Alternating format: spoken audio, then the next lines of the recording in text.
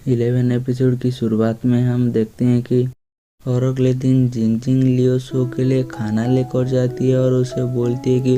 अगर आप लेंशियो से माफ़ी मांग लेंगे तो वो अपनी केस वापस ले लेंगे। लेकिन लियो शो इस बात पर इतने गुस्से में आ जाती है कि वो जिंग जिंग को काम से ही निकाल देती है। और दूसरी तरह डिंग डिंग जाकर साउजो की डैड यानी कि मिस्टर जो की और मिसेस माँ की सारी इन्फॉर्मेशन लेकर यांगवांग को बताती है कि मिस्टर जो सुबह जल्दी उठ जाते हैं और वो मार्केट सब्जियां लेने के लिए चले जाते हैं और वो दोबारा आकर घर में खाना बनाते हैं और उसके बाद वो अपने दोस्तों के साथ वॉलीबॉल खेलते हैं और दोबारा घर आकर खाना बनाते हैं और दोबारा जाकर अपने दोस्तों के साथ पार्क में गप्पे मारते हैं। और दूसरी तरह मिसेस माँ भी वही करती है। वो सुबह उठकर जल्दी मार्केट जाकर सब्जियां लाती है और खाना बनाती है और वो भी अपने दोस्तों के साथ ऐसे ही गपशप करते हैं और उन दोनों के बीच में बहुत ही कम मिलना होती है। और मुझे ऐसा नहीं लग रही है कि वो दोनों रिलेशनशिप में हैं। और जब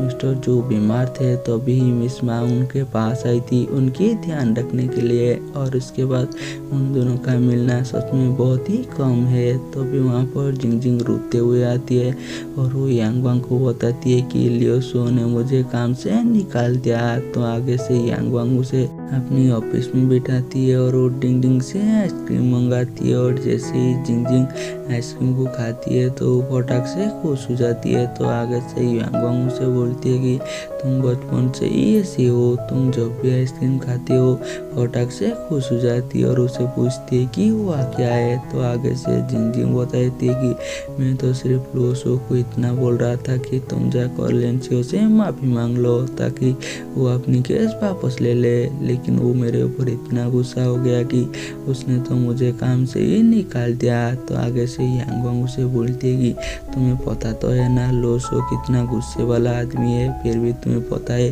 वो सबसे ज़्यादा प्यार अपने कैमरे से ही करती है जो कि वो तुम्हें उसका प्रोटेक्शन करने के लिए देती है क्योंकि वो तुम्हारे ऊपर बिलीव करती है। अगर तुम ऐसे टाइम के ऊपर उसके ऊपर बिलीव नहीं करोगे तो वो ज़रूर तुम्हारे ऊपर गुस्सा हो जाएगा। और ऐसे भी उसने तो तुम्हें काम से निकाल दिया है तो क्यों ना तुम उसकी मदद करो सबूत इकट्ठा करने में। और इस बात पर जिंग जिंग फटाक से मान जाती है। और दूसरी तरह प्रेसिडेंट मा हेंगजी से मिलने के लिए आती है और उनकी फैक्ट्री की रिलोकेशन की कंपनसेशन के बारे में बात करने के लिए। और जैसे ही उनकी बात खत्म होती है तो आगे से प्रेसिडेंट मा हेंगजी को पूछती है कि मैंने सुना कि तुम क्यांगो विलेज की वाटर लेवल चेक कर रहे हो। तो आगे से हेंगजी बोलती है कि ऐसे तो क्यांगो विलेज का लोकेशन बहुत ही अच्छा है, फिर भी उसकी पेड़ आहिस्ता आहिस्ता मर रही है, इसलिए मैं क्यांगो विलेज की वाटर लेवल को चेक कर रहा था।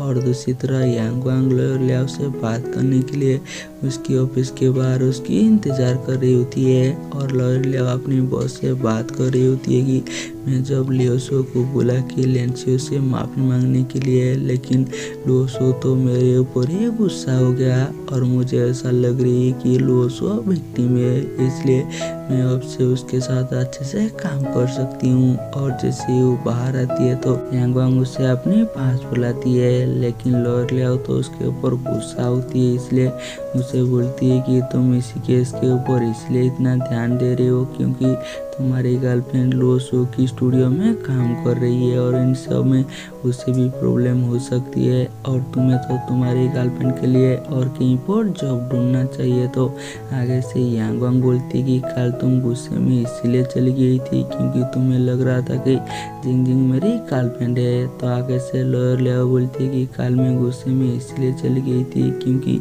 तुम मुझे मिसअंडरस्टैंड कर रही हो। तो आगे से यांगवांग बोलती है कि क्यों ना मैं कल का कंपनसेशन करूँ और आज तुम जहाँ पर भी जाना चाहते हो मैं वहाँ पर तुम्हें लेकर जाऊँगा। तो आगे से लॉयर लियाओ उसे एक ब्यूटी सैलून में लेकर जाती है और उसे बताती कि उस दिन वहाँ पर लेंशियो आने के बाद उसी ब्यूटी सैलून की ओनर की आई थी और वो दोनों